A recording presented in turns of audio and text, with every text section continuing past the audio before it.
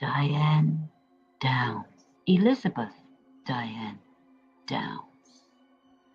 In the year 1984, a shooting took place in a remote area. Shooting of her 3 children, killing one and severely injuring the other 2.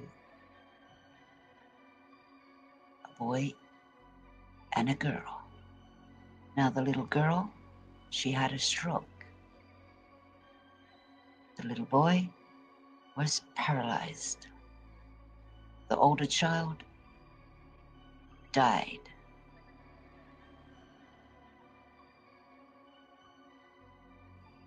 May 19th, 1983.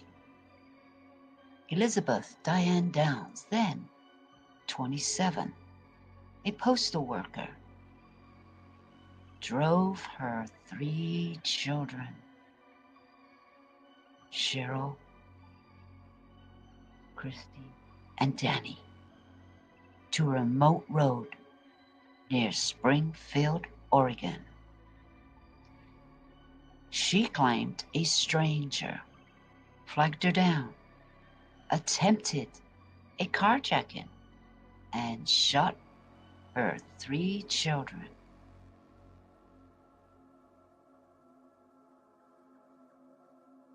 Police grew suspicious of Diane's story due to inconsistencies, lack of evidence, and her calm demeanor. Now, after her younger daughter recovered from her injuries, she testified against her mother, saying she was the shooter. Now, the motive? It's a man. Does this remind you of Smith when she drowned her 2 children in the lake for a man that didn't want children? Well, she was pursuing a romantic relationship with a man who didn't want kids. But you know, the father of these children wanted these kids. Yes, indeed. Maybe that was a motive.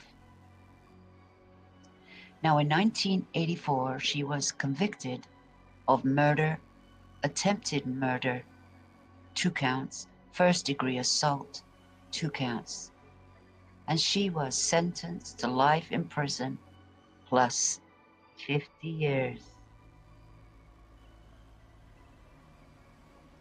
She's now back in the news because 40 years later, can you believe that? 40 years later, she was up for parole, guys. She was up for parole on the 30th of October, 2025. She had a parole hearing. Now, her story, this case has book writers writing books, TV movies, Anne Rule's book, Small Sacrifices. Now, the TV movie, Farrah Fawcett, about that. Now, there's one thing that she did. Somehow, while waiting in jail for her day in court, she briefly escaped. I remember there's another police officer. She escaped and broke her feet or something. Oh. She briefly escaped prison in 1987. Yes, guys.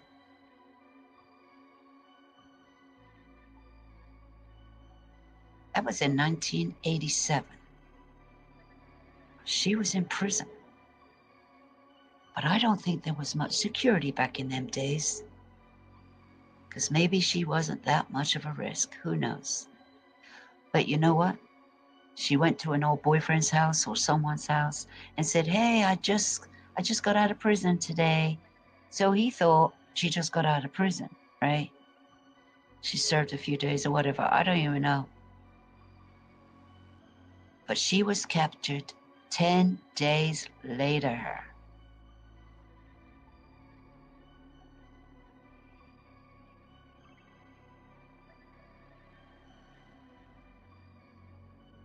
Now this Downs woman, she's made U.S. history. You know, back in the day, back there in the 80s, she's got a narcissistic personalities disorder. She's got more than that. She's just out for herself.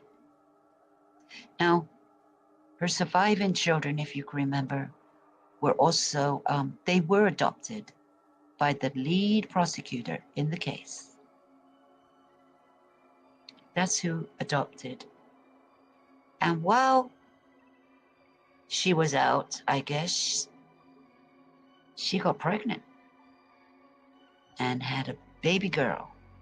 And this little baby girl was taken away and adopted out also, I would imagine.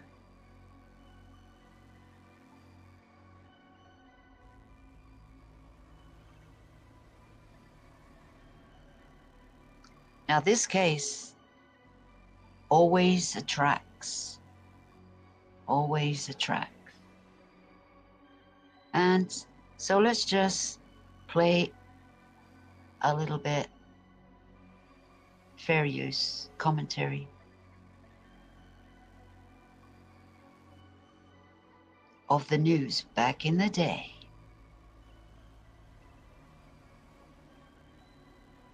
A year ago this week, one of the most horrendous crimes took place along this stretch of Old Mohawk Road east of Eugene.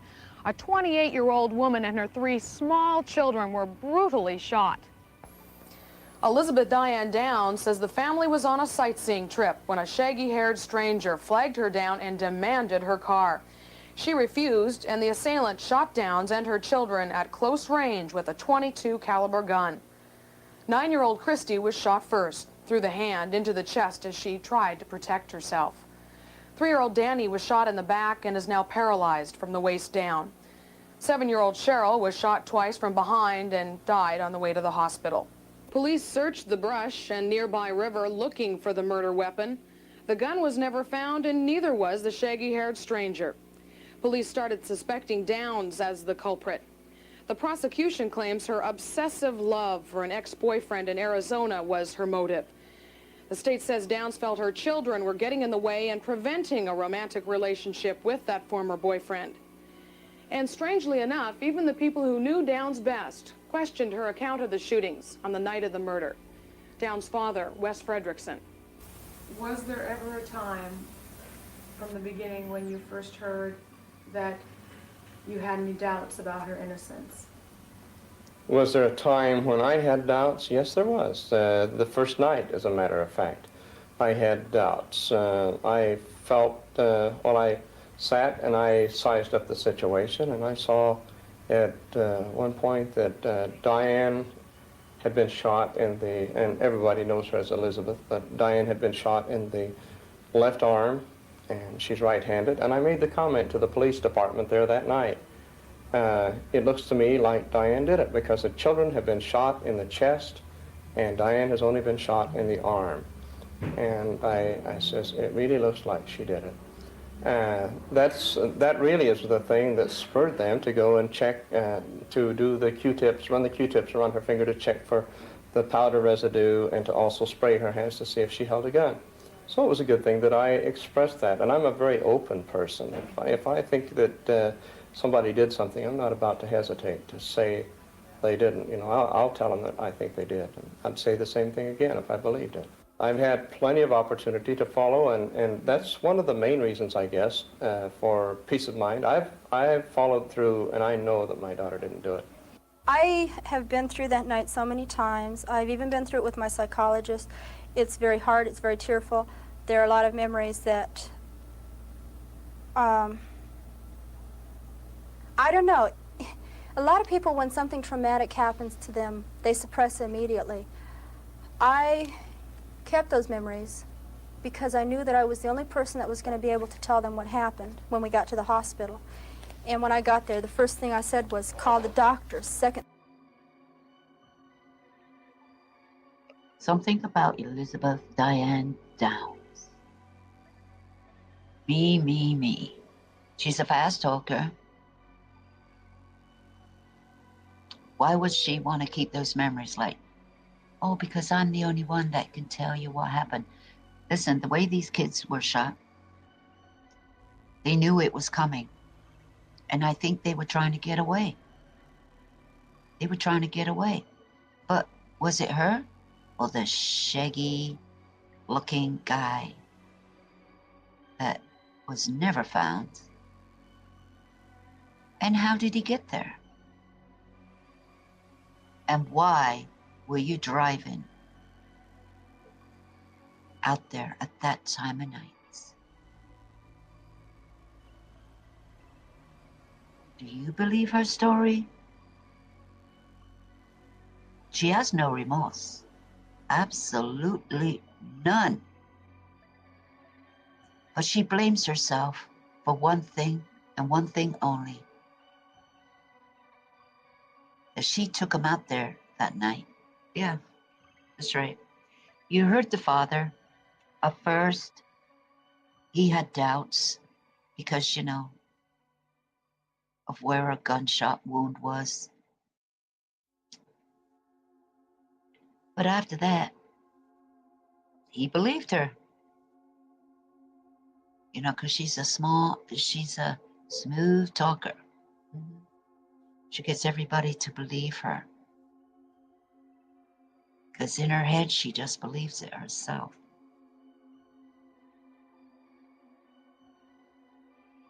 Thing was the blood type. Third thing was call the cops because they've got to find him. And so I had to remember as much as I could remember. When this man shot my daughter, my first reaction was to snap back to my childhood, to the pain that had happened to me back then, my marriage, my entrapment by society. This man was bigger than me. He was stronger than me. He had more power because he had a gun. He was in control and I was not. And there was nothing I could do. And I stood there and I looked at Christie reaching, and the blood that just kept gushing out of her mouth. What do? Mm-hmm. You just stand there trapped. And then the gun kept firing and firing and firing. And it was monotonous. It just kept going. It was like a slow motion picture. And then he swung around towards me, and this is something that I did not recall when I was explaining to the cops, because it wasn't like a movie when I was telling them. I was telling them what happened, the important details. He shot my kids, I pushed him, I ran. And when he swung around, he was pointing, when he swung around, it hit the tips of my fingers. The gun hit the tips of my fingers, and that snapped me. And I went, wait a minute. I'm not trapped by society. I don't care if he is bigger. If I stand here and I say, yeah, here, take the keys. I mean, there's nothing I can do. You win because you have the gun. Just listen to her. Just listen to her. It's crazy. Yeah, she had a crazy story, okay, all right. My kids are going to die, and I'm not going to let my kids die. And so instead of giving him the keys, I feigned throwing the keys. He did not take time to point the gun and shoot me, obviously, because he would have shot me the same way he did the kids. When he was swinging in the direction of the keys, firing the gun, he hit my arm. Everybody says, you sure were lucky. Well, I don't feel very lucky. I couldn't tie my damn shoes for about 2 months. It is very painful. It is still painful. I have a steel plate on my arm. I will for 1.5 years.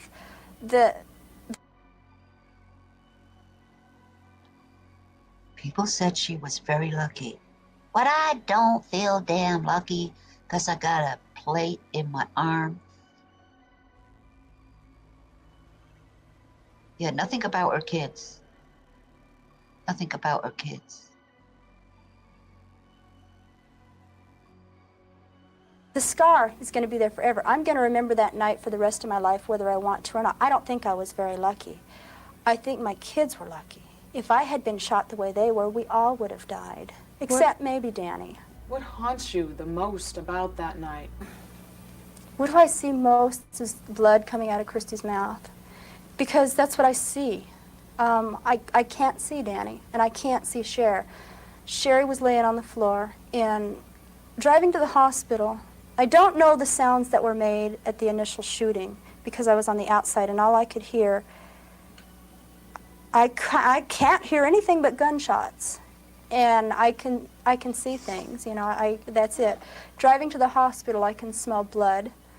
I can not hear Cheryl. Cheryl's not making a sound. Danny is just crying real soft. So that sound stays in my mind, and the fact that Christie's choking, and then I'm yelling at her and screaming at her to roll over on her face, because I was trying to keep her from choking on her blood, and it just didn't dawn on me that she was shot in the chest and that the blood was coming from her chest, not going down into her chest. Yeah. Downs says her childhood and marriage flashed before her the night of the murder. Diane is the oldest of 4 Frederickson children, and she says her childhood is a great source of pain in her life. How did your childhood affect you? Everything that happens to you as a child contributes to how you turn out as an adult. To be honest, it made me a better person because I know all the mistakes. I know what not to do to my kids. I know what to avoid. One thing is to not be married. And that may seem very harsh, but I honestly don't believe that children need fathers. And they're nice to have around sometimes when they can do things to help you, but when they are mentally abusive, when they are harsh, and the way my ex-husband was, they're more a deterrent to the children than a help. And unless you can find a good father, there is no need for them.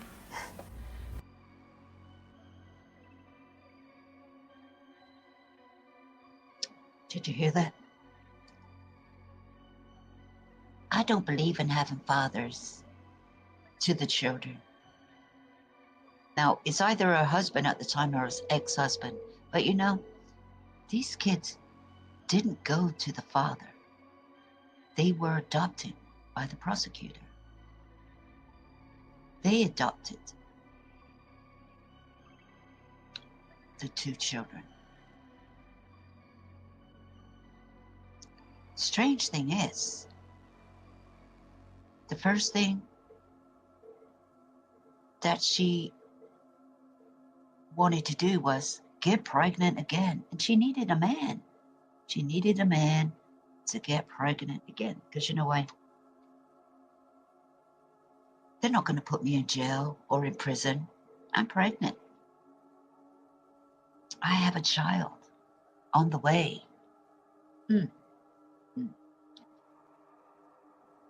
Did your childhood affect your attitude toward men? That has a lot to do with it. That had a lot to do with it for many years. I hated men with a passion. But yeah, I hated men for a long time. That's why I met Steve. That's why I married Steve, because Steve did not seem to be that way. Steve was always on his best behavior. He does the thing that most people do when they're dating, and that's put their best foot forward. Yeah. You're nice, they're punctual, they're everything they're supposed to be. And then you marry them, and it's, hey, Diane, can you let yourself in? I have to run down and look at a car. Yeah. That's what he did on our wedding day. Actually, I found it out the day I got married, and then within the next 2 months after that, I found out that Steve was exactly like my father. But it took me 2 years, 3 years, to finally say, I can't take it anymore. He really is. He's not going to change. I am a person that believes that everybody's going to change for the better, given the right circumstances. If you be a good wife, if you don't nag, if you love them, if you're always there when they need them, if the food's always ready, if the house is always clean, they're going to change. He didn't change. And that's why, even though we were married for 8 years, Only 3 of it was not tolerable. It wasn't tolerable, but that was the only 3 that I tried. After that, I quit because I didn't want to be married anymore. Diane says her marriage with Steve Downs deteriorated when friction arose over an unexpected pregnancy. Okay, after I had Christie and after I had Cheryl, Steve had a vasectomy. It didn't work. And he never went back to get checked to see if it worked. He just figured, doctors know what they're doing, it must have worked. So after, I think it's, you're supposed to wait 10 weeks, be on some kind of contraceptive for 10 weeks, and then you're safe. And then you check. But you're supposed to check, yeah. He never went back because he was just too busy, and the doctor probably knew what he was doing. Well, I got pregnant, and I knew that I wasn't messing around with anybody, and that if I was pregnant, because I know what being pregnant feels like, I know how I got that way. And I told him about it, and he gave me heck. Oh, he was is just Danny furious. or is Danny not? That was the child that I aborted. Steve put me through hell with that one, and I had an abortion. Cheryl was colicky, Steve was bitching. I made Steve go back to the doctor or shut up. Don't accuse me until you know. The doctor said, yeah, you are fertile. I guess I goofed up. Come on in and we'll go ahead and do it again. Well, I was pregnant. So I was 20 years old, had 2 kids. Cheryl was colicky. My husband was a bastard. I'm sorry. And I had an abortion. And it was something that did not bother me for 2 years. And then I was at a fair in Arizona. I walked past a Right to Life booth, and they told me at the time that I aborted that I was 6 weeks. And I figured 6 weeks, that is a condition. You are not pregnant, that is a condition. It's a little ball of slime, you know, no big deal. It's a fetus is slime, I figured. I saw a 6-week fetus. That baby had arms, legs, fingers, toes, a head, eyes. That was a baby. It was a human being, and I killed it. And I felt so horrible about it that I had killed somebody like that. I didn't kill it myself, but I hired a doctor to do it. Yeah. And so I asked my husband to have his vasectomy changed, reversed. He refused. I asked him for a year. He kept saying no. I said, fine, I will find a suitable donor. I watched people I worked with. I picked somebody that was attractive, that was healthy, that was not abusive of drugs and alcohol and such, was strong, you know, bone structure, the whole bit, a good specimen. It was really clinical. It was really terrible. And I seduced him. And I know my cycle, and it only took once, and I got pregnant. I went home, and about a week later, I told Steve I was pregnant. And he goes, how do you know? And I says, well, I know my cycle. I know I'm pregnant. And he was really upset. For that whole 9 months, he put me through hell every day, every night. It was terrible. Just railed on me constantly, told me to get an abortion, the whole bit. And then after the baby was born, he told me, if you have a girl baby, I might let you stay around. But if you have a boy, I'm kicking you both out on your butts, and you're going to take those 2 with you also, because how do I know they're mine? That kind of attitude. Well, I lived with that for 9 months. Well, when Danny was born, Steve, because, the reason it had to be a girl was because Christie was supposed to be a boy. I was so cruel and mean, I had a girl, and Steve just couldn't stand it. Got one more chance, Diane. Cheryl better be a boy. Well, Cheryl turned out being a girl. He came into the recovery room. He goes, well, where is he? I said, he's a she. He says, how could you do that? You know, we're not having any more kids. Crazy, flipped out. So if I was going to have another one, I better darn sure have a girl. Well, when Danny was born, he was a boy, and my first thought was, I'm dead. He's dead. What's he going to do to that baby? What does he want, a girl or boy? I don't know. I mean, that was my baby. That was supposedly the baby that was going to replace the one that I'd aborted. And as soon as I looked at Danny, I said, you can't. That's a boy baby. And I just knew that the baby I'd aborted was a girl. I'd named her Carrie and everything. There's just a different human being altogether, you know. And a whole lot of emotion on that delivery table, and Steve standing there right beside me looking at me like, you witch, how could you do this? You're out, you know. And Dr. George handed Daniel to Steve, and from that point on, Steve spent the rest of the past 4 years trying to prove to people that he was not biased and not prejudiced, thereby becoming biased and prejudiced. We've talked to Steve Downs in the past about some of these events. We attempted to contact him again, but his attorney wouldn't allow him to comment because of the trial. Downs knew a lengthy murder trial would make her private life public territory. She's very frank about being a surrogate mother. She ran a surrogate program in Arizona and gave birth to another couple's child. Diane lost visitation rights to her own 2 surviving children after the murder. She was found guilty of contempt of court for seeing them at a secret visit set up by her ex-husband, Steve. I can't keep up with this story. I really can't. What the hell? She was a surrogate?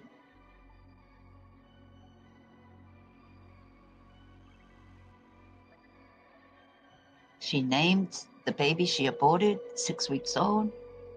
What the hell? I'd like to know what was up with the Steve Downs, you know.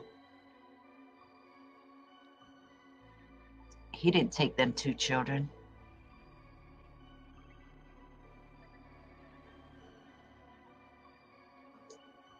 He just left, I guess. He just left. Police found out about the visit in a letter Downs wrote to her former boyfriend, Robert Knickerbocker, known as Nick, in Arizona. You Knickerbocker? fought for Steve to get custody of the kids, and then you wrote a letter to your former boyfriend telling him that Steve was an unfit father for your children. A lot of people won't understand that, Diane. But Steve is different than most people. Steve pointed an empty gun at my head at one time and pulled the trigger. Do you know why? Oh my God. He wanted me to marry him. That is crazy. What? Yeah. CSD, I it's believe, crazy. is very careful in picking out the people that care for a child that they think has been abused. And right now, they believe that Christie has been one of the most abused children in the world. Granted, she was shot, but before that, she was never abused.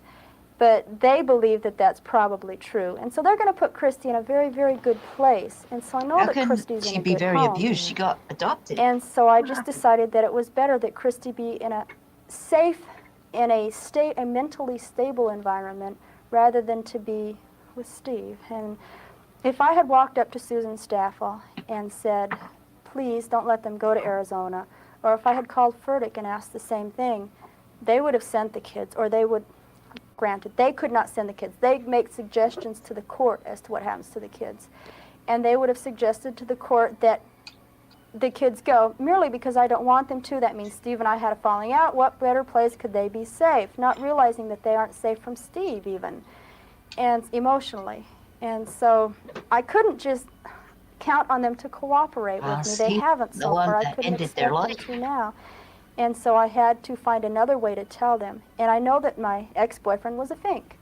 He was taping for the cops. He admitted that he was every conversation that I had with him on the phone was taped and sent immediately to the DA's office. And I knew that that letter, if I sent it to him and he read it, would in fact get to the DA's office. But all the other letters that I'd been sending as of late were being returned. And so I knew that I had to do something to make that letter so enticing that he would open it. Downs says she felt trapped in her marriage with Steve and hoped a divorce would solve their problems. Was there ever a time during that you thought about taking your own life and went into the bathroom with the gun and shot it? So that is indeed... Oh, yeah. That is true. Only, no, it's not... that's a long one, too. It takes many, many years of being mentally harassed, pushed into a corner. You can't go anywhere. You're trapped. It even stems from She had a job. How could she be trapped? You know that you can't go away. You can't go someplace else. There's no place to escape to because you sure did. They'll find you. Messing around with all these men, you sure did. Somehow.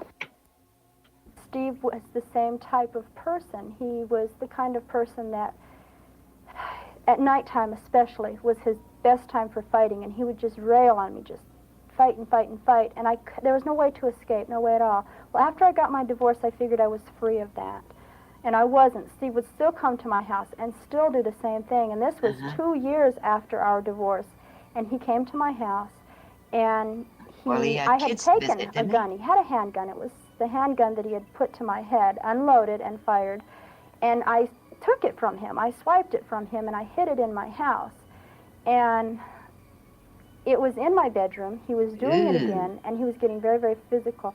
Steve had just beaten me up 2 weeks before that, beaten me up terribly. There was blood all over the place. The sheriff's department came out and made a report on it, and my nose was all bruised, my face was bruised, my chest was bruised. He had choked me. I was terrified of him. He had never done that before. And for all I knew, this was 2 weeks later, he was going to do it again.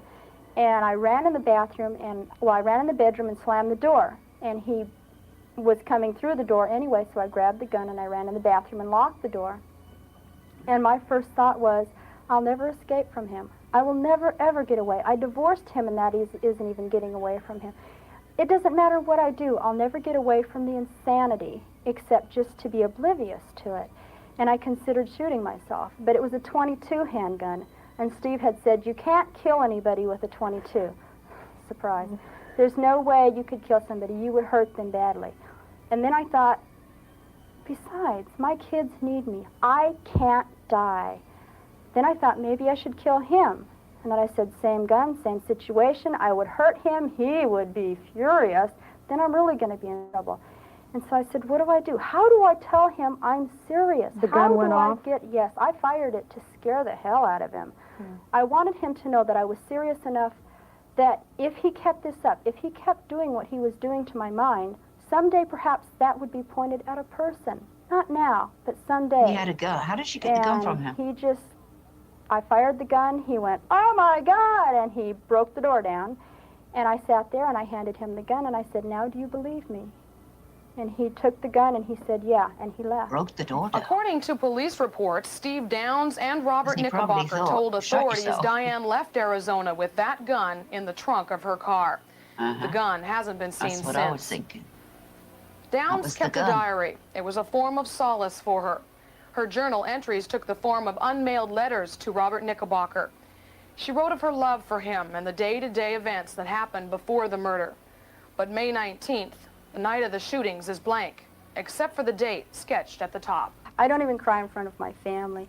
And I can go to my room and I can write in this diary, this record book, some of my fears. And it's really even sketchy. I don't write in a lot of detail. There are days when I'm overwhelmed with emotion, and the book will be rather emotional, but very few days.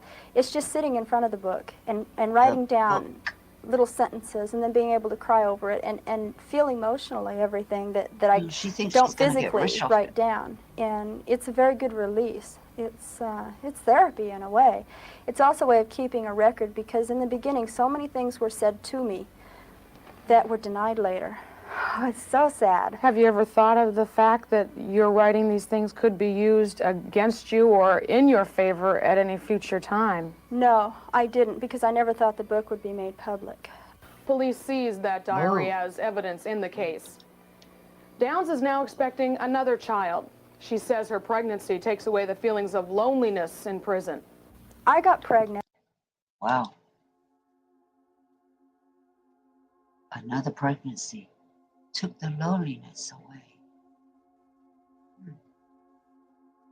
You know, writing this book, she didn't think it was going to get published.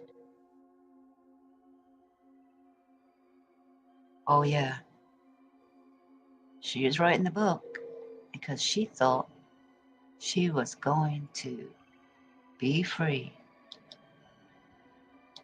Because I miss Christie, and I miss Danny, and I miss Cheryl so much. I'm never going to see Cheryl on Earth again. And you can't replace children, but you can replace the effect that they give you. And they give me love, they give me satisfaction, they give me stability. They give me a reason to live and a reason to be happy. And that's gone. They took it from me. But children are so easy to conceive. Obviously, everyone is curious who the father is, and I know you probably don't want to talk about that. Does the father know who he is? Oh, yeah. Yeah, and that's why I won't talk about it, because he feels as privately about this child as I do. What would you do, given this current situation, if they said, if they took away your kids, and then they went one step further and said, we think you're an unfit mother. We're going to take away this one? I don't know how they're going to do it. What if I'd like to see them try to take this baby from me. And well, we see it, all right. How? How could they do it? They're going to have to wait a long time to do it. Hopefully this thing will be cleared up by then. I don't know that they could do this, take it away after it's born. I don't know. I've never even talked to my attorney about it because it seems so, let's put it the way the DA says, it's laughable. Downs says her parents were shocked when they found out she was pregnant again. My parents are the kind of people that wish you It would was do everything laughable. by the book in the order that it's pre-written. You get married before you have a baby. And being married is not, and never has been, I take it back. When I You was said you young, don't need when a I was father in your 16, kid's 17, life. 18, Didn't you being just say married was that? the most important thing in the world to me. And I think it's because I was raised that way. Most girls are. Yeah. But since that time, since my divorce, being married has been an iffy thing. I can do it if I want. I don't have to if I don't want it. And it's never been uppermost in my mind. My children are. My children always have been. And having children is, I think being a mother is the most wonderful job that any woman could perform. I die every day. When I go to bed, I cry at night. Even now, I still cry. I dream about Cheryl. I dream about Cheryl reaching out with me with her arms and always giving me a kiss and saying, I love you, I miss you, where have you been? It's almost as if she really is coming back and saying, how come you're not here with me? Well, one time, it was right after Christie because went to the foster home. You shot her. I dreamed that Cheryl came to me. Well, Christie came to me. And I said, Christie, how did you find me? And she said, Cheryl brought me. And Cheryl came walking out of the shadows. And there was blood on her shirt. And I just, yeah, it was really spooky. And I said, Cheryl, I thought you were dead. And she goes, no, I was faking it. I knew they were going to take Christie away and she wouldn't be able to find you, so I brought you. And then Cheryl showed us how to sneak Danny out of the hospital and everything. It was a wonderful dream. It was wonderful because we were... Oh, Lordy. What a story. Now, do you believe her story? Her little story? Because she doesn't take a breath. She just keeps talking and talking and talking.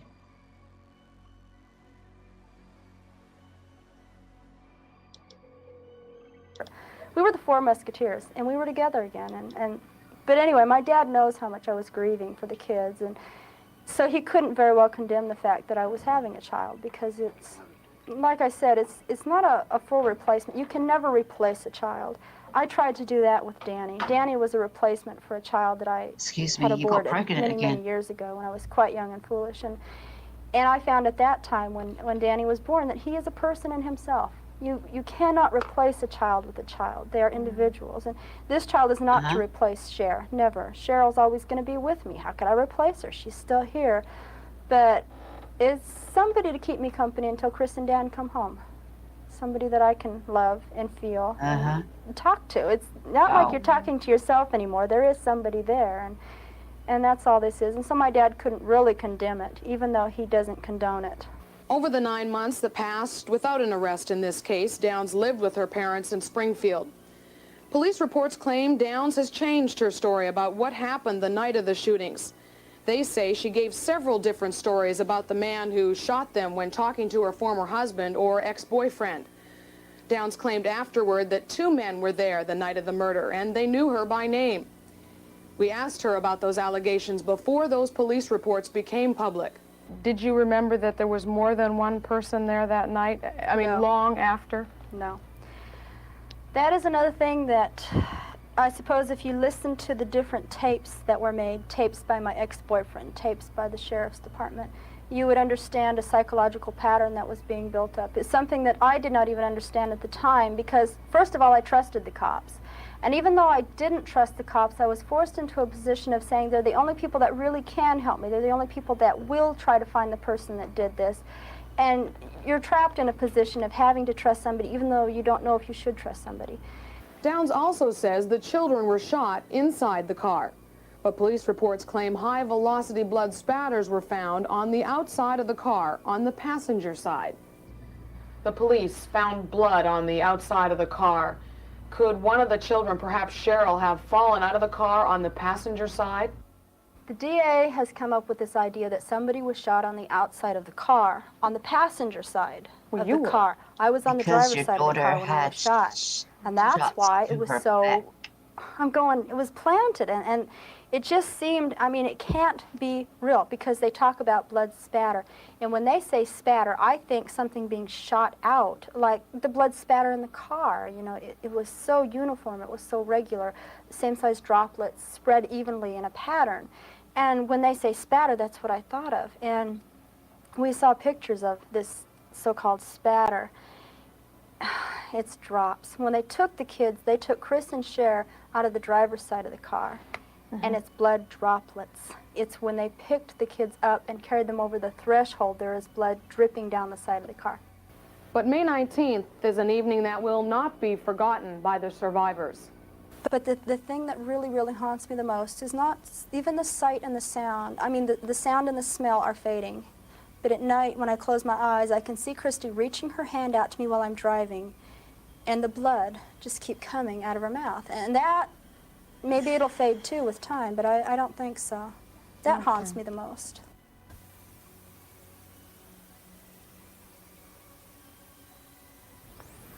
Elizabeth Diane Downs is lodged in the Lane County Jail. She's charged with murdering Cheryl Downs and attempting to murder Christie and Danny Downs.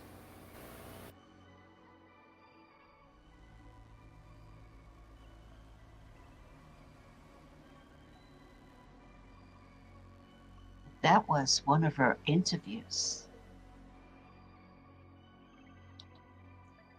There's a few more interviews.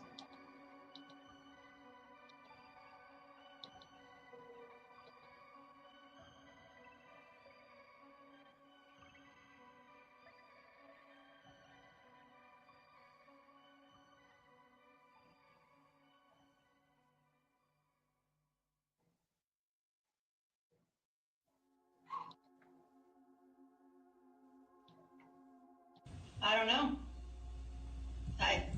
I don't know. Do you recall giving law enforcement different versions of what happened? Their idea of a different version, the night that it happened, I said he reached into the car. He reached like through the window. That I have, it's not true aphasia, but it's kind of aphasia. I can't think of words sometimes. I can't remember. I will want to say pen and I won't be able to think of the word, so I'll say pencil or I'll describe the shape. I've always been that way. I don't know why. And so when it happened that night, I was stressed and I said, he reached into the car. They said, where? I said, like through the window. Well, he didn't reach through the window. The car door was already open, so clearly he didn't reach through the window. And then I said, he knelt on the seat. And so they took that as changing versions. And that wasn't changing versions, that's my aphasia.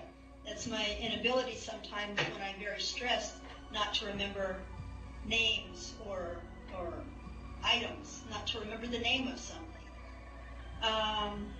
Another time they said I changed versions because I went to the police and I said, I think maybe there were two of them. I had a dream and there were two of them.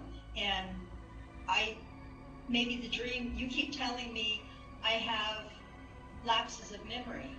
I don't know that I have lapses of memory. You say I have lapses of memory. I trust that I have lapses of memory because you say that. And so maybe the dream is telling me something that I don't remember.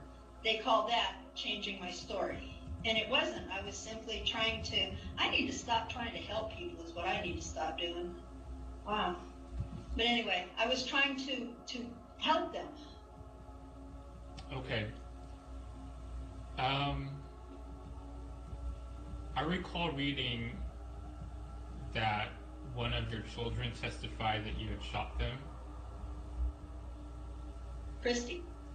Why do you think she testified that way? Christie was 8 years old, and the hospital reports reflect that she was interviewed 56 times in 2 months. They documented her answers in the hospital reports, and Christie told Dr. Bergamini. Dr. Bergamini says she genuinely has no memory of the event. Dr. Miller said Christie said no, her mom didn't do it. The nurses documented when Dick Tracy and Paul Alton and Steve Downs questioned Christie, and the nurses documented Christie says my mom didn't do it. So that was for the whole time that she was in the hospital. They documented all these reports in hospital records. Christie saying my mom didn't do it, my mom didn't do it, my mom didn't do it. Then she was seen by Dr. Peterson, Dr. Carl Peterson, Dr. Peterson also saw Christie once a week until trial. He wrote reports, and in his reports, his handwriting, which was difficult to read, so during trial, my attorney asked him to read every page, so it's in the record. Christie said, "My mom didn't do it. My mom's not mean." Dr. Peterson said, "Has your mom ever hit you?" And she said, "No. She spanked Cheryl once." And he said, "Well, don't you think that's mean?" And Christie said, "Yeah," and she started crying. He said, "So your mom's mean." Those are his handwriting, his words, in the transcript. He said that. So at one point, Christie came and she said, "I want to see my mom." And Mr. Furtick says, "I can only see my mom if I say what you want." His notes, his handwriting, his words. And it was after that, Christie said, "Everybody thinks my mom did it. It almost seems like she did, but I don't remember that." So at some point, Christie finally said what they wanted her to say, and then they told her, "You can't see your mom." Now, that's the information. Those are the facts. I can prove those with documents. I still have Dr. Peterson's handwritten notes. I still have the trial transcript. I can extrapolate. I can reason. But I can't tell you why she said it. It appears that she was coerced. She was 8. But I can't prove that. And I have no intention to prove it. Whatever Christie is living with right now, she does not need me or you or anybody else making her life any harder. So I'm willing to live with that. Okay, and my last question for you before I turn it over to the other board members. Earlier on in the hearing, you seemed remorseful about something you had done in your past that affected the children, but I'm not exactly sure what you're remorseful for. So can you explain to me what you are sorry about? My children would not have been on that road with me if I hadn't taken them. They wouldn't have been shot if they hadn't been with me. I received a phone call, and I lived a careless life. I lived a life of not worry. The only mean person I ever met in my life was Steve Downs, and we used to fight physically, and I could take him. And so I didn't think about danger. I lived a careless life that was wrong. And my children went with me everywhere. I thought I was putting them first. I always thought I was putting them first because I took them everywhere I went. And I really believed that if they were with me, that they were safe. And I went out that night, I responded to a phone call, and I took my kids with me instead of leaving them at home or leaving them with my parents, or just not going at all. And so maybe Christie's right. I did do it. Why would I take that from her? Because if I hadn't taken them with me, it wouldn't have happened. All right. I don't have any further questions for you on this topic. Board Member Press. No questions, thank you. Mr. Taylor.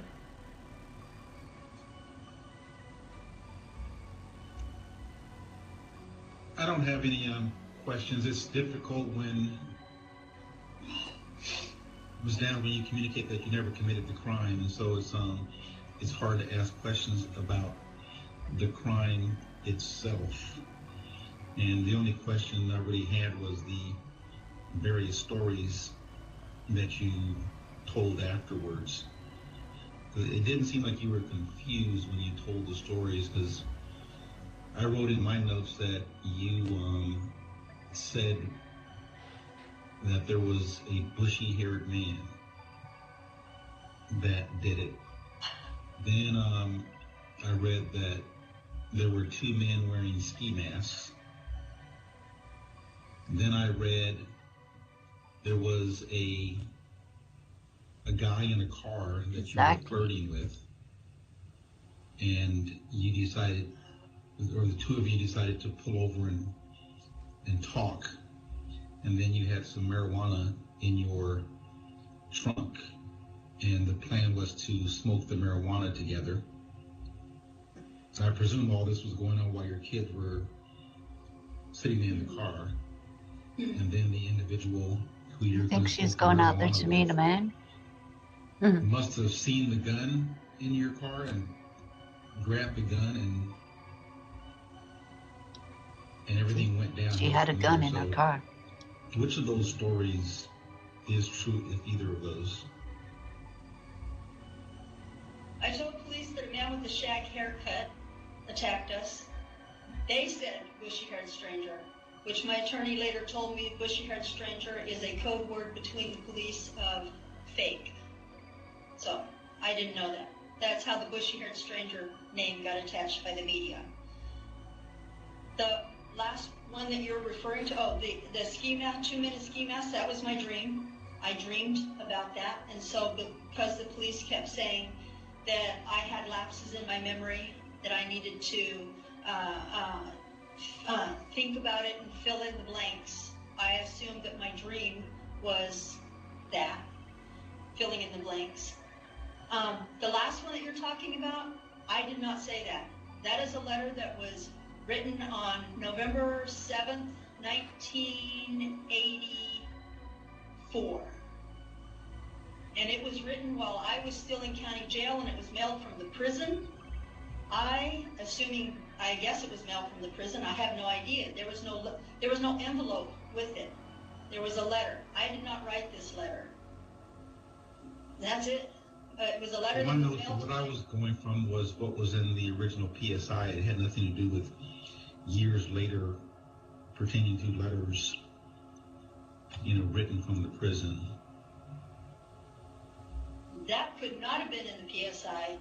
I will go back. I have the PSI.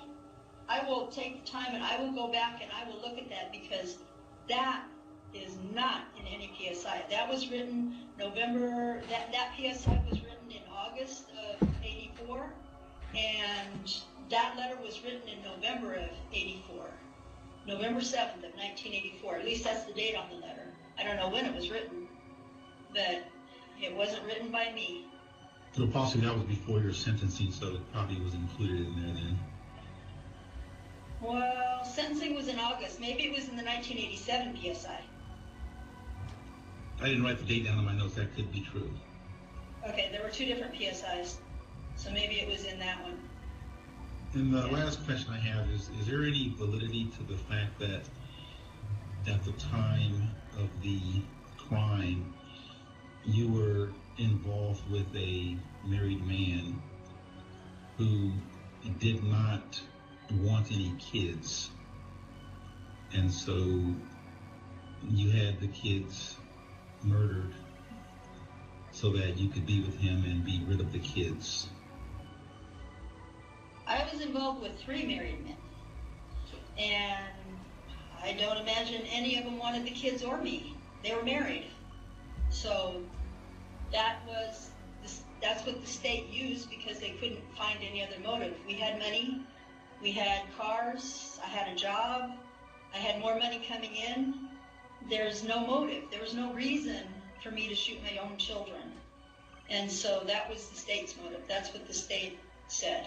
But I was involved with 3 married men.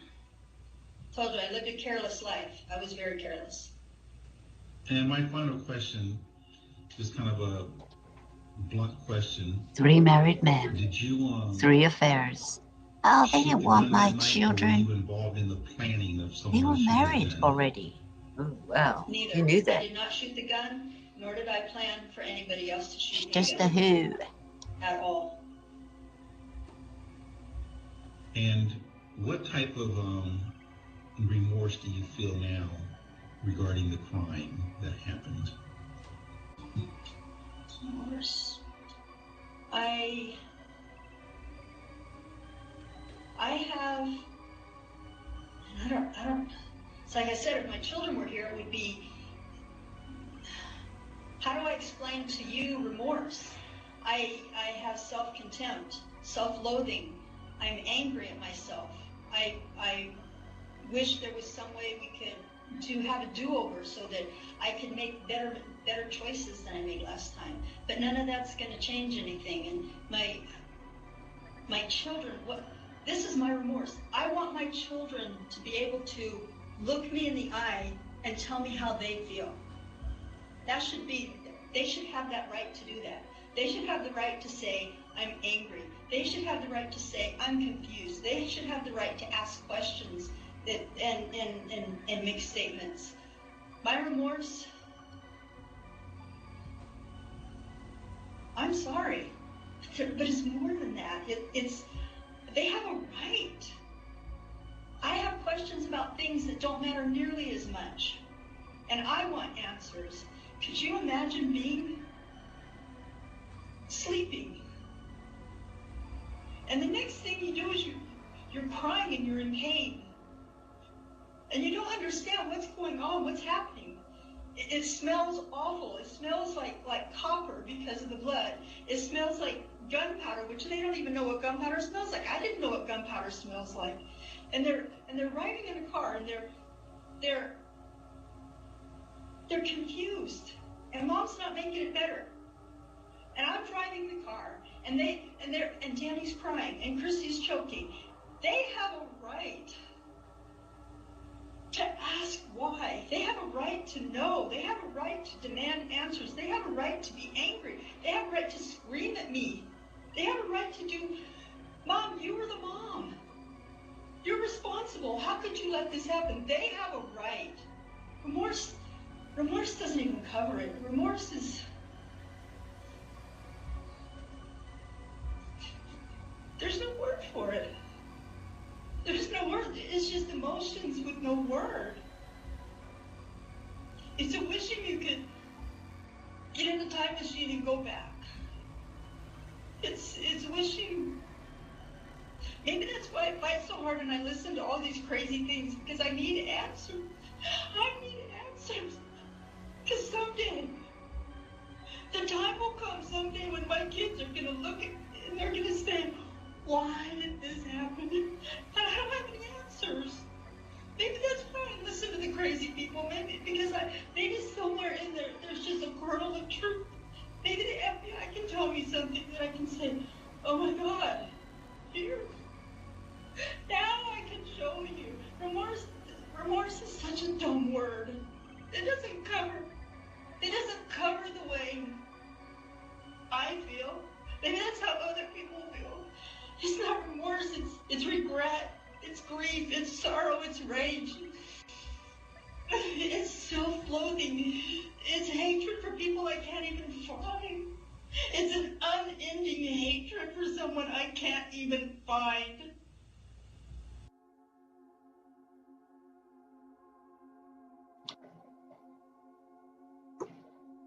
Yep, she was very tearful at that hearing. Chinchillo Correction Facility in California. Now, the evidence against her. Well, her daughter, after recovering from a stroke, testified that her mother was the shooter. Forensic evidence contradicted her version of events. Witnesses reported her behavior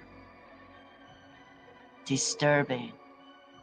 She was calm, inconsistent, with a grieving mother.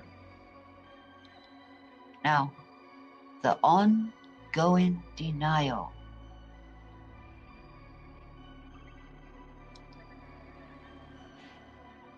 Despite overwhelming evidence and multiple failed parole attempts, she continues to deny responsibility.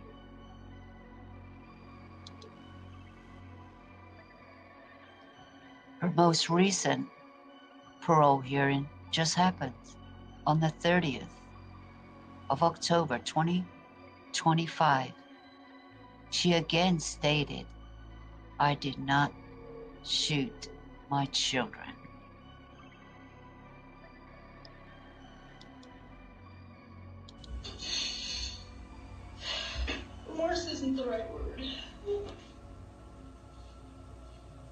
Well, thank you. I think you've described the emotions, so I appreciate that.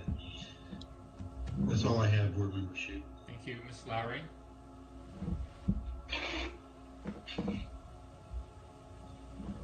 Thank you.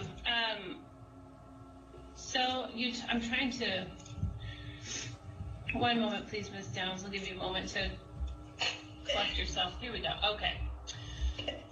So in the report, in Dr. Guyton's report, she says, you guys were talking, and you said, people say I change my story all the time, but it's evolving. So my question is, when will the story be done evolving? When I go home.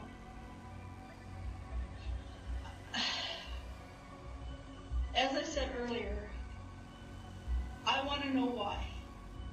And if the FBI can't give me the answers, if the FBI doesn't have the skill or the facility to give the answers to me, I'm done.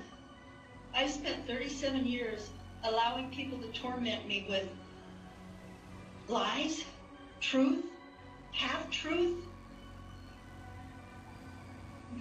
red herrings, and I'm not going to spend the rest of my life doing that. I have a bunch of stuff at home. I have a bunch of letters that people have sent me, a bunch of pictures that people have sent me, and I will give all of that to the FBI. And if they care, if they want to figure it out, I will help. And if they don't, I'm done. I'm done. This is it right here. I see that no matter what I do, no matter what I say,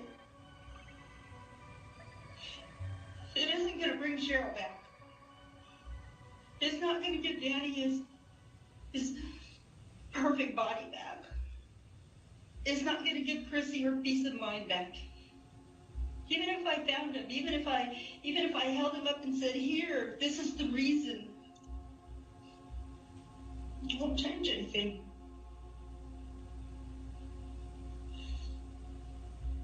I'm done. Okay. So there are a lot of different versions. Mr. Taylor alluded to that. Versions of the story that have been posited by you over time. Different details, different facts, different reasons why you stopped, different motives from different people, you think. And in discussing this, the story evolving over time, not changing but evolving, I guess I'd like to give you the opportunity right now to put your final version of the story on the record here today to stop the evolution, to get the final truth out there if you'd like. The opportunity is yours if you'd like it. Otherwise, we can move on. Evolution is when somebody gives me, for instance, 1983, I didn't know I was adopted. That's an evolution.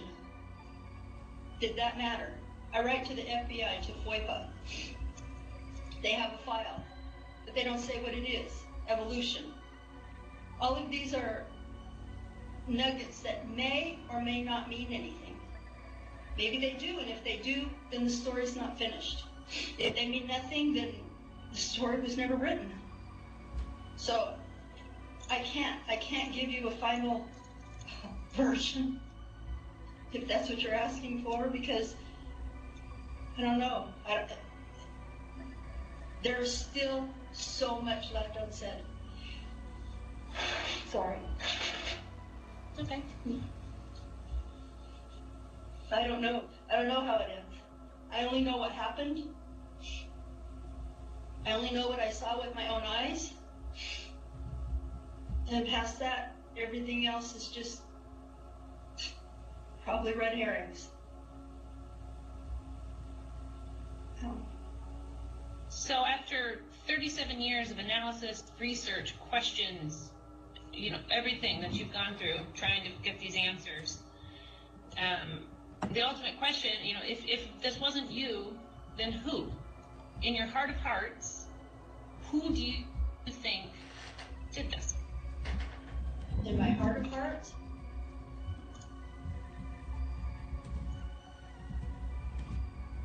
Well, Even Ann Yeager's there, and 20 other people are there. Well, And the hackers that can get into your system are there. I don't know.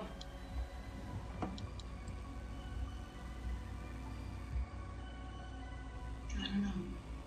hackers. Do you not want to answer the question because this is a public forum and you're fearful?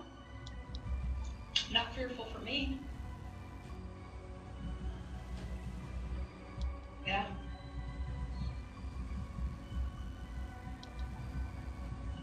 Yeah.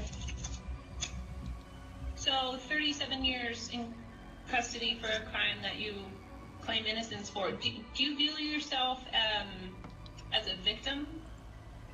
No. No. If you kept me here another 37,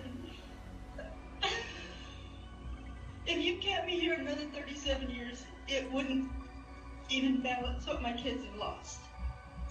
I'm not a victim. I was a stupid woman. I wish I could talk to other women.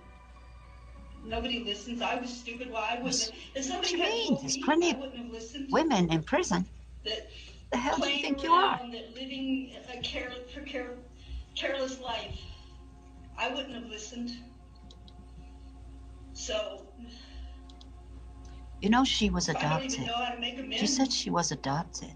I make bicycles for children. I crochet blankets for children. I wonder how her real parents turn out. Doesn't change anything for them. I can't even make a blanket for my kids. I'm not even allowed to. I get a letter from the DA's office, and I'm not criticizing, but I'm just saying, the DA's office, my love for my children is perceived as a wedge, that I'm trying to drive a wedge between Christie, Danny, Joanne, and Fred. I'm not. I'm not even allowed to love them. But if I don't love them, then I'm a cold piece. You're not allowed to love them? Nobody stopped you from loving them. All right. So I have one more question. Do you believe, or do you think your recitation of the facts of what happened and you know what you perceived with your own eyes, you know, the facts as you believe them to exist, when contrasted against the record as a whole, do you think that your story is credible?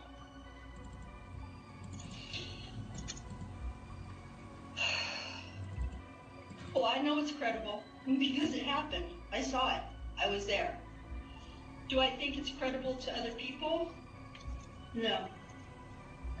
And I know this is one of those times that I sound flip, but given somebody mentioned my intelligence, if I was going to eliminate somebody, I certainly would have had enough intelligence to come up with a better plan than something that was so bizarre, so unbelievable, so off the wall. I didn't make it up. A strange man really shot my children for reasons I cannot fathom. And that's it. That's it. Thank you, Mr. Bailey. And that's it. Thank you. I don't have any questions on this topic. Thank you. Okay, Ms. Downs, let's talk about your potential parole plan. One of the issues that Dr. Guyton identified was your statement that you plan on earning $200,000 by working part-time. Can you explain to us what exactly you plan on doing that would help you earn that much money? Did you work in the kitchen or what? Y'all sent me to trade school. I've learned so many trades. She went to trade school. My mom recently needed some trees trimmed. Tree trimmer came out, charged her $2,700 for 6 hours work. I was trained in that. I was trained so well that my supervisor, before he quit the prison, offered me a job to work for him. That's what he does for a living, and he makes more money doing that than working for CDC. So he offered me a job because I have the skill. I've been trained in all the tools. So I said, Mom, don't pay anybody any more money to cut trees. I'm going to come home and do it for free. She said, I just paid a man $2,700 for 6 hours work. I'm darn well going to pay you. Well, she's not going to pay me, and I'm not going to take money from her, but I could do it for somebody else. I also have learned, because of my charity, I crochet blankets. I can literally, without exaggeration, I've made 300 blankets. I can crochet an entire queen-size blanket in one day. The girls that have paroled, the lifers that have paroled from here, went online to find out how much our blankets are worth online, because we do it for charity. Those blankets sell for $150 a piece online. So I could make $150 a day just crocheting blankets. This is not exaggeration. This is not, oh, I'm better than anybody else. This is, she asked a question, and I answered the question. These are my skills. I have other skills. I'm an electrician. But also included in that was, my mom is 83 years old. She's been falling down. She's under the care of a doctor. She could, for all intents and purposes, hire a live-in. The state would fund her a live-in caregiver. I could do that. That was included in that. I'm not going to take money from the state. But you want her as your She wanted to caregiver. know what could I do if I needed to. I don't know about that. I don't need to do that. There are other things that I can do. I've written 5 books. I can publish them. I have She skills. making money on all I this have shit. craft. I make bicycles. I can make bicycles from the floor up. I could work at a bicycle She shop. could make I bicycles from the floor get a up. business license. As a parolee, I can get a business, a loan, a grant from the federal government to start my own business. And because of the skills that I have here, and because of the letters that the prison would write in support of that, and to prove that I've done these things for years, I could get a grant to start a business for a bicycle shop. I could do that. I have the skills. I've been doing it for 2 years. Keep the officers on their wheels all day long. 2 years. So Keeping the officers on their wheels, not on their toes, but on their wheels. pie in the sky. It's what I've been doing for years. Pie in the sky. Ms. Downs, Dr. Guyton recommended a high level of supervision. I think earlier you took some objection to that. Do you think you could benefit from a high level of supervision? Well, I've had a pretty high level of supervision right now, and I'm benefiting, I suppose. I'm gonna start talking to that lamp again. It's not that I object to high level supervision. It's my fear that somebody would use that high level supervision to track me. But my supervisor would certainly be aware of it. So I suppose I wouldn't be overly concerned. It's not the supervision that bothers me. That isn't what concerns me. I am not concerned about a high level of supervision. Okay. And you've talked a lot about your children. Can I wonder ask how you they feel if you when were they're to talking be to her, paroled, like, well. Would you seek contact with them, even if the parole board ordered that you may not have contact with them? No. No, even if the parole board didn't order that and said that there were no stipulations, I would not. My children have spent the past 37 years building a life that is familiar to them, is comfortable, safe, so that they feel safe, so that they feel loved. And I would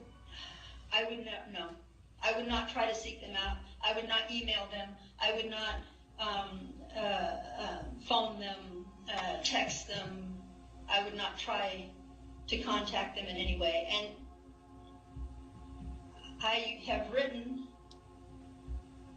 I have a letter here. It was about Christie, which is on the record. If they do want to see me, I would ask that they see me through the DA's office. You would, huh? So that there is a safe and a controlled venue for them.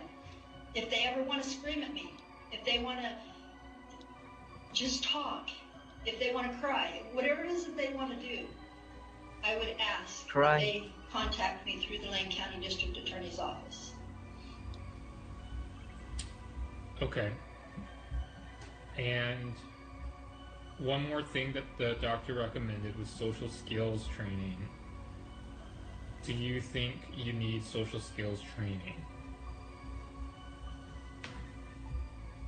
I'm not sure what she means by that, and so I don't want to pass judgment on that. I will say that I have lived in a prison with 3,000 women from all walks of life. As I said, 6 and 8 people in a cell. Different officers, every officer on every shift has a different set of rules, and that usually conflict with each other. And I've been able to navigate that without duress.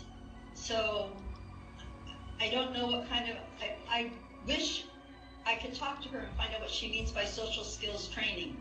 Haven't cracked anybody in the head, haven't assaulted anybody, haven't become a predator, I haven't needed to resort to legalized psych meds to get through. So I'm not really sure.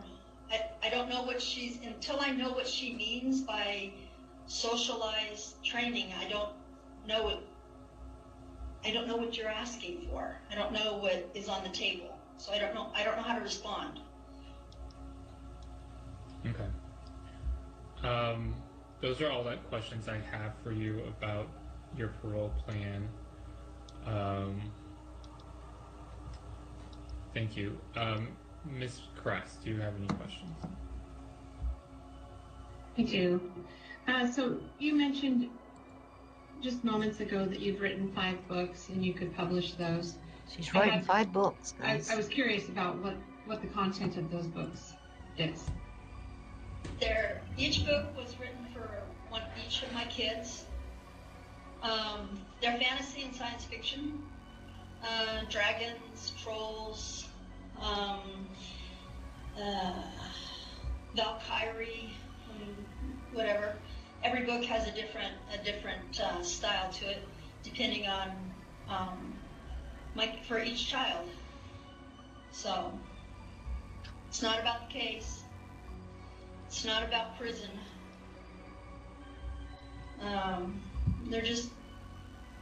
I prefer science fiction and fantasy when I used to read for pleasure, and so that's what I feel. And so write what you can know about. And Ms. Downs, if you were to release in the future, what do you think your biggest challenges for transition and re-entry into society would be? My biggest challenge is that y'all changed things after I left. There's computers now. Your refrigerator tells your car when it needs bread. I don't know how to bank. These are the classes they need to teach the lifers in prison. We still haven't been able to get those started, but I need to know how to bank. I need to know how to get a driver's license. Everything is by computer. I don't understand any of that. I learned to work a computer by being a clerk, and thank goodness I had another inmate that had been a clerk before me. She taught me. She taught me everything she knew. I'm sure there's a whole lot of things I don't know. A whole lot of things.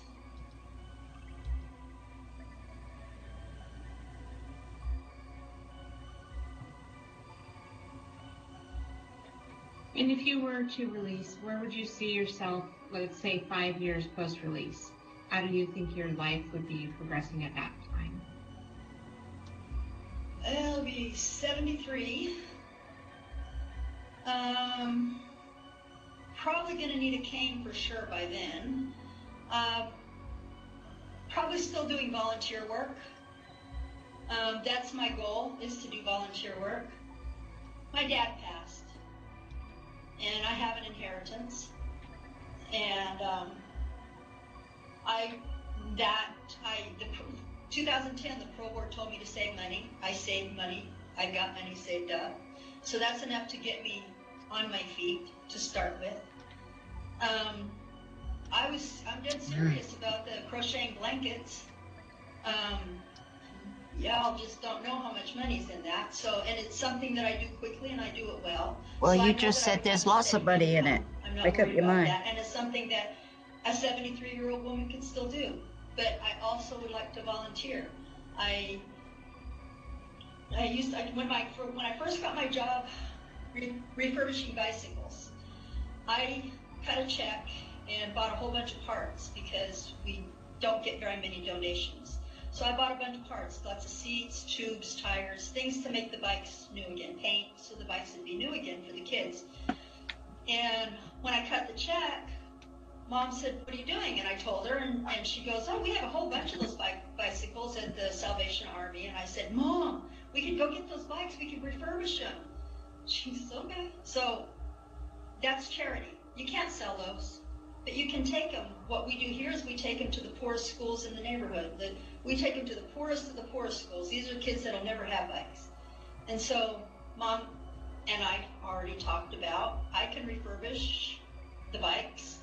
She don't let me go there, but I'm just saying, I could refurbish the bikes and we could take them to the different places where the kids, we could work with the prisons or with the Sheriff's Department, the Texas Rangers, and find out where the poorest kids are and donate them. So, but that's charity. That's not an income. But that's, at 73, that's all I would be doing is charity. They're not going to let me dig a ditch. I could, but they won't. Thank you. That's around. I wish they'd let you dig a ditch. Mr. Taylor. Let's be under. Agree that if required that you would take or participate in counseling programs? Yes. Yeah, I believe I can benefit. Are there things that you would object to if the parole board required you to take them? No, I don't know. I can't say until I hear what it is, but I can't imagine any counseling that I've ever objected to yet. In fact, I've enjoyed it. It's been liberating. Okay. In your parole plan, listed, 3 options for your reentry. And I think I know which one would be number 1, but can you describe for the board what would be your number 1 reentry for housing upon release, if released? My number 1 is Mom, is going to take care of Mom. That's my number 1.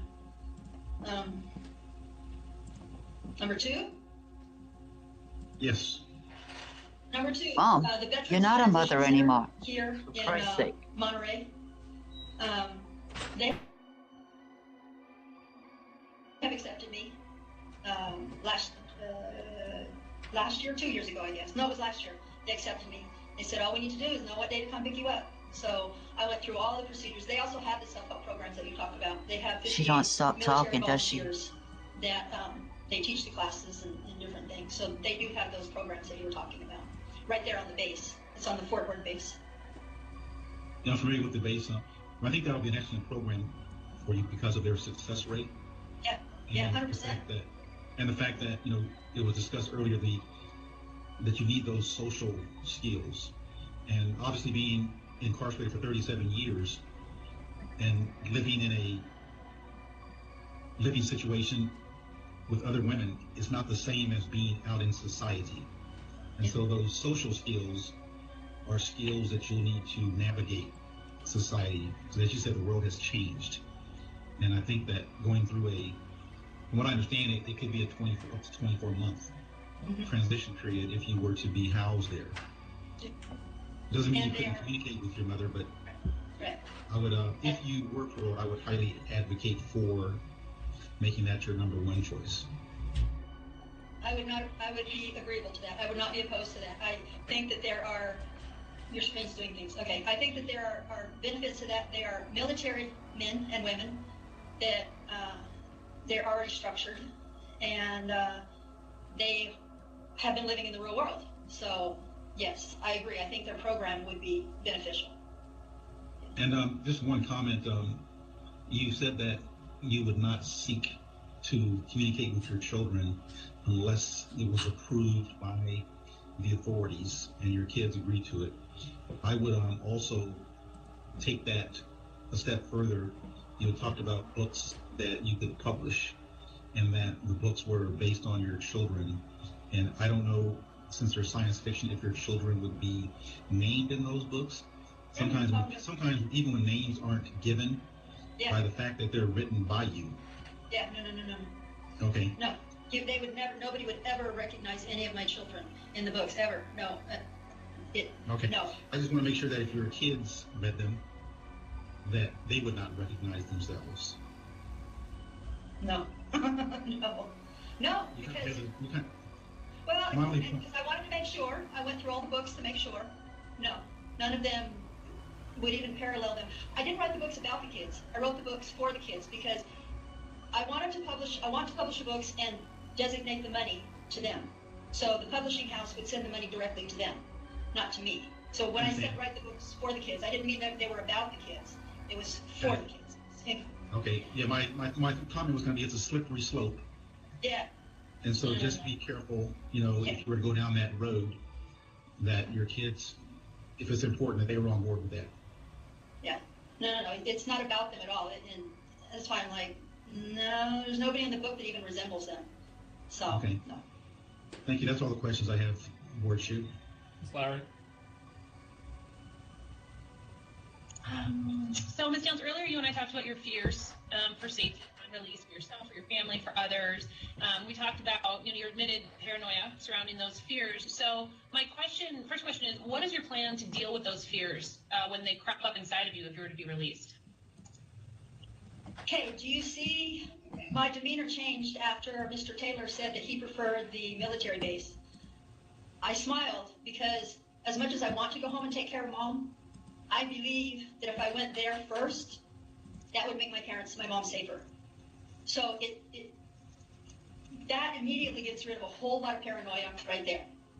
Because even if this is my imagination, even if this is just some crazy person saying things to make me feel insecure, living on the Fort Ord military base, which isn't fenced, that's not the point. Living there with other military-minded people makes me feel safe, number one, makes me feel that if somebody was wanting to hurt me, they know where to find me and not at Mom's house. So it relieves it like takes my paranoia down to 0.5, like almost nothing, simply because of that. Mom will be safer if I'm at Fort Ord. My brother will be safer. My family will be safer. And I would be safer. I'm good with it. I feel better, a lot better. So. Yeah. Okay, so then I guess the flip side. So say that you parole to Mom's house. What's your plan to deal with that fear that you feel? My first point of duty is to get. Earlier, you asked who I thought was preying on us. My first order is to get a restraining order against that person, even if it's wrong, even if it's imaginary, to get a restraining order, and then to notify the police and have them on speed dial. And that's it. I mean, what else can I do? Be aware of my surroundings. Anytime I leave the house, make sure that I'm aware, which prison has taught me to do. Anytime you leave the unit, you look and you feel and you watch. So that's it. A restraining order, and let the state police know that I have fears, real or unfounded. I have fears, and I might be calling you. Please take it seriously, at least the first time. At least the first time. Okay, and what is your plan if the evidence presented at hearing, the judge won't grant the restraining order, or the state police tell you, go away? What do you do? Yeah. Extra maybe 200 to ID those circuits, but he said we could do that ourselves probably. Yeah. Okay. If you could please mute your phone, whoever's talking, please. Oh my gosh.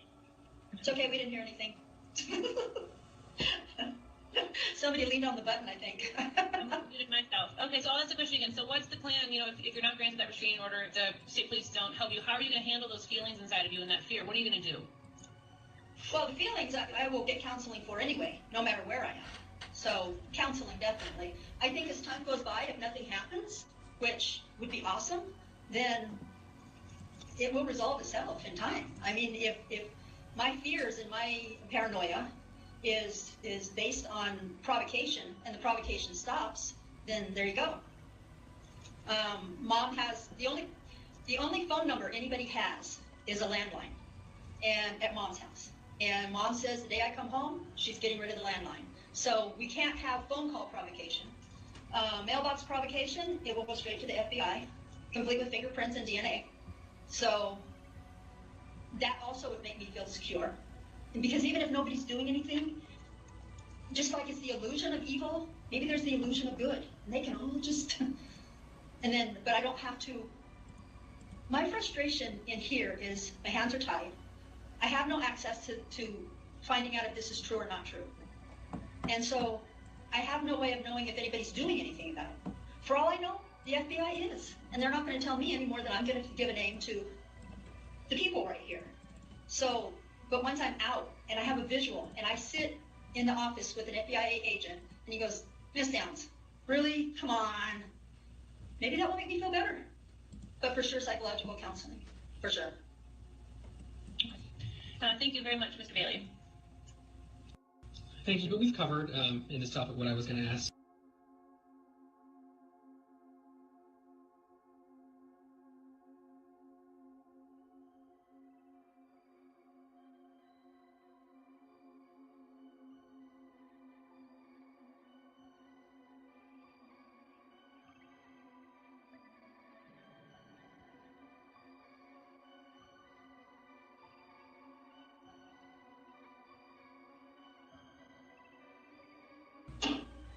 Normally, at this part of the hearing, we'd ask any victims or victims' representatives to make a statement to the board. No victims have come forward to express an interest in making a statement today. However, I want you to know that the board does keep the victims in mind when we hold these hearings and when we deliberate. Next, pursuant to ORS 144120, subsection 7, the district attorney from the committing jurisdiction shall have the right to appear in a hearing and may present information or evidence subject to such reasonable rules as imposed by the officers conducting the hearing. I believe we have a deputy district attorney from Wayne County, Ms. Miller, on the phone, or perhaps via Skype. Ms. Miller, can you hear us? I can, and I'm listening to you via my phone, which has now been unmuted. And do you hear me okay? I do hear you okay, Ms. Miller. Whenever you're ready, if you choose to do so, you may make a statement on behalf of the committing jurisdiction. I appreciate that. Thank you. And board members, my name is Joanne Miller, and I am a senior deputy district attorney here in Lane County. And I'll be speaking on behalf of the Lane County District Attorney's Office, surviving victim family members in regards to the hearing today. I just want to talk, I don't want to belabor the point that I had already made in writing, in addressing the board, but it's important to touch upon some of those concerns because they exist even after today's questioning. And it seems to me, at least, that we're sort of exactly where we started. And what I mean by that is, with regard to the disorder, it is apparent that that Ms. Downs is suffering from mentally. It seems as though we are exactly where we started when the crimes occurred initially, and that is to say, and as well as all of the psychological reports which have been consistent throughout in diagnosis, specifically narcissistic personality, self-centered, manipulative, and other antisocial features. It appears to the state, based on this 36, 37 years worth of history, that we are exactly where we started with that, with zero progress, zero accountability, and just about 100% unending efforts to actively deceive any body or agency that will listen to Ms. Downs, and nothing has changed in that regard. And so the state's position is that is what originally made her dangerous. That hasn't changed. The state's position is that Ms. Downs remains dangerous because of that. There has been today some questions that also lend itself to that, and part of that is we go back to some of the initial questions, such as what thinking drove your criminal decisions, because Ms. Downs had talked to you about going to some of those the criminal thinking error classes, and her response to you was, well, I minimized and I justified. But when questioned further about that, the minimization and justification was with regard to others, not even her, maybe stealing from the chow hall. And the only thing she really talked about in terms of justification was that she had wooden shelves. So the comparison between having an unauthorized wooden shelf and shooting your own children at close range within 9 inches with a firearm is absurd. There's no comparison there. So we've gotten nowhere. The questions regarding escape attempts and criminal thinking errors. If she didn't get caught, there was no criminal thinking error, right? And this is what she explains to you. She says the only criminal thinking error I made was the time that I was actually caught, because she succeeded. But even when she answers that question for you, she's really not talking about criminal thinking error. She talks to you about she had no hope, lost her appeal, and didn't care if she got shot going over the fence. So none of these really go at all to a criminal thinking error, just a remorse for having been caught. And so again, there's no accountability. So there can be no change. There's been no self-reflection, and the error Downs believes she made was in getting caught. After an 8-hour evaluation with the psychologist, whom she invites to write a book about her, you talk to her about that evaluation and about these fantastical components to her responses. And Ms. Downs continues to tell anyone who will listen that the story is evolving. The story is evolving because I'm hearing through third parties. Somebody else tells me these things. And so it's just a continuation of conspiracy theory. And when presented and confronted with conspiracy theory questions, the response is further conspiracy. And at one point, she's asked about, there's this intentional misunderstanding of the questions that are posed to her. And one of those, you ask about, you're dialing in a little bit on this perception from the psychologist, and Ms. Downs responds to you that, the psychologist made the choice to misconstrue my positive attitude, the positive attitude that I've had while I've been incarcerated, as the basis for the psychological disorder. So this, again, is a minimization. It's intended to distract the listener and move the listener away from her accountability. And this is a minimization of her own violent involvement. When she talks about criminal thinking errors, she talks to you quite a bit about seeing criminals everywhere, having been institutionalized with criminals. Again, there's a separation. She wants to distance you, the listener, from her and the other criminals that she does see within the institution, and the criminal thinking errors classes that she takes. She finds the other criminals, not her, but other criminals within the institution do share some of the characteristics that she's learning about, but again, not her. And there's, again, this distance. So there's zero insight into her own thinking errors. And the most absurd one, of course, is the fact that she's apologizing and appearing to be emotionally distraught today now for the first time before you, because she's sorry that she put her kids in the car to go driving after 10 p.m. in the evening. And that's of course, absurd, because the criminal thinking error is not that she drove in a vehicle after dark with her children. The criminal thinking error, of course, is shooting her children at close range, killing one of them. So that's the degree to which Ms. Downs desires to distance the listener, the board, other agencies from her friends. And moving through some of the notes, briefly here, just through some additional notes from today. And Mr. Taylor asked a great question today about the brokenness Ms. Downs referenced experiencing in herself. And all of the explanations and answer to Mr. Taylor's questions were about survival mechanisms in prison or within the institution, or good memories of her children, or how she's learned to think quickly and think on her feet. And so these are all narcissistic responses from the state's perspective. There's nothing in that answer about brokenness that would lead the listener to believe that any of that comes from the pain suffered by her children from being shot by their mothers. When you question Ms. Downs about these letters she received, she is actively engaging with folks who she sometimes terms as nut jobs, and sometimes as folks that are at least believable enough she feels the onus has been put upon her to forward those communications to agencies like the FBI and so forth. But she says in response to some questions around that it's not, that she's not a danger because of that. And she says she's not a danger for violence because, she said, quote, I'm in prison. And that's, I mean, ultimately, the state would agree with that. She's not in danger for the kind of violence that she committed because she is in prison. And when Ms. Downs talks about the continually being preyed upon, it's by a they. And there were numerous occasions today where she had been specifically asked about, who is preying on you, and most times the response is they. So again, distancing the listener and moving as far away from her crime as she can. You touched upon some of this there at the end of your hearing, but when asked about safety concerns upon her release, Ms. Downs talked a little bit about that, but ultimately asked you if her preference would be to be released without supervision. So that's significant for the state.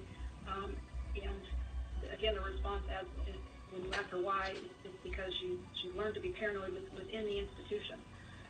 And that, the most of the time that she has acted in terms of sending information out to the FBI and so forth, and to the board, and to the DA's office, is because she claims that she fears for others. So this is part of this fantasy.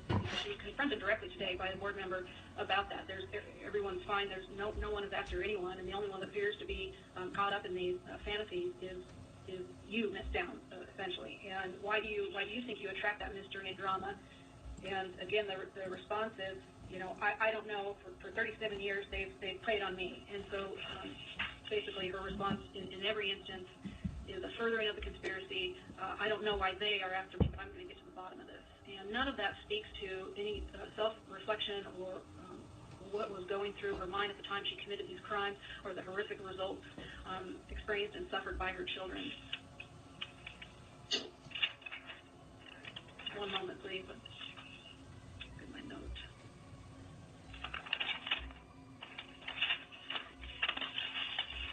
And so I think I simply want to finish by saying and urging the board not to become engaged by Ms. Downs or these fantasies or conspiracies, but to see them for what they are, which is a way for the inmate to distance herself from these crimes, and to lead others to believe that she's suddenly safe to be released into the community, and even without supervision. And from the state's perspective, that would be as improper today as it would have been at the time, upon the receiving of the guilty verdict and sentencing, because we have gotten exactly nowhere with regard to any sort of rehabilitation. I appreciate you taking the time to listen. Thank you. Thank you, Ms. Miller. Do the board members have any questions for her? No, thank you. I have one question, and DDA Miller, the only thing I wanted to know is, can you confirm what your office's kind of final understanding of the motive was in this case? There was 6 weeks worth of testimony and evidence presented to the jury in this case, who found Ms. Downs guilty beyond a reasonable doubt of murdering one of her children and attempting to murder the other two. Part of that evidence was the fact that they had uncovered communications and so forth between Ms. Downs and a love interest who was not interested in having children or raising children. And of course, at the time, she had 3 children. So if that's your question with regard to motive, then that was part of that evidence. I hope that helps. It did. I just wanted to get kind of, because I read through all the documents, but I just wanted to understand what your office's perspective of the final kind of decided motive was. But I think I got it. Thank you. Yeah, and the fact finder used information and evidence, and some of that evidence pertained to a sort of love interest who Ms. Downs was sort of involved in an obsession with, and who did not want and was not interested in having children, and those communications resulted in some evidence in that regard. And then, of course, fantasy with Ms. Downs surrounding that. Thank you. Okay, and I don't believe, I saw the other board members shake their head when I asked if there were other questions. I don't believe there are any more questions for Ms. Miller. Okay. Seeing none, thank you, Ms. Miller. We appreciate your participation. Ms. Downs, you have the opportunity to respond to Ms. Miller's comments. If you choose to do so, please direct your comments to the board and not to Ms. Miller herself. No. Okay. Well, we will also give you the chance to make a closing statement if you choose to make a closing statement. So if you do want to make a closing statement whenever you're ready, please do so before the board deliberates on your case.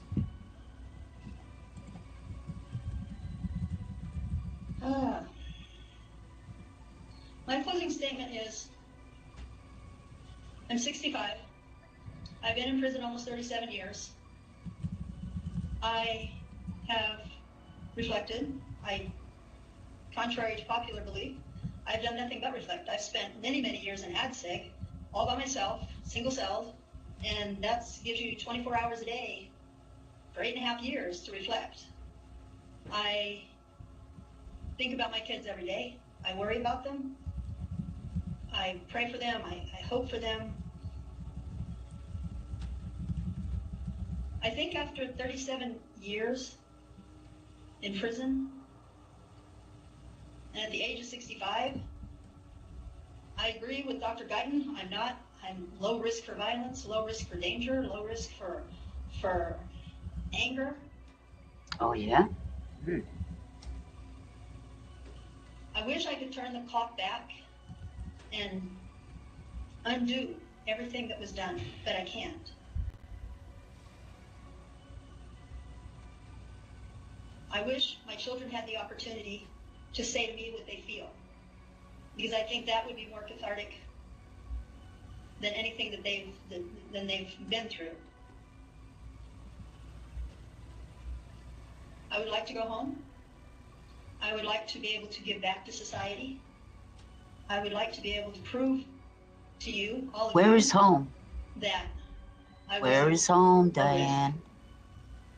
And I'd like to, before I die, find a way to atone, whether that's making 1,000 blankets and refurbishing 1,000 bicycles, whatever it takes. Maybe going to the prisons to talk to people that have been in the situation that I have. I've met a lot of hard-headed girls in here that Excuse don't want me, to listen. you're already in But prison. maybe they could learn from my experiences. Maybe I'd like to find a way to atone. I don't know that I ever can, but I'd like to. That's it. Thank you, Ms. Downs. Before I conclude the hearing, I just want to check one more time. Do the board members have any additional questions? Seeing none, I also don't have any additional questions. At this time, we will conclude the hearing. The board will step away and deliberate this case.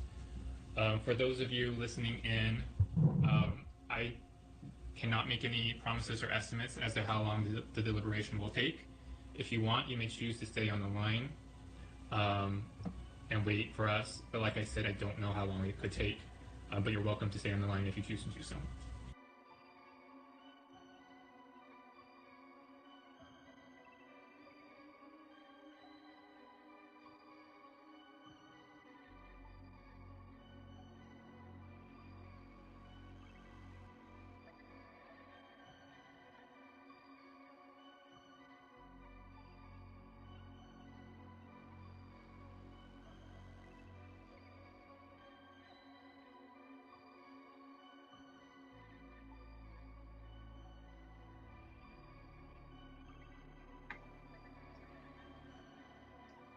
"40 years later,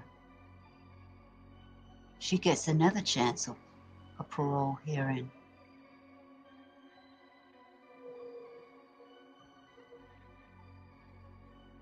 Obviously, that one was denied.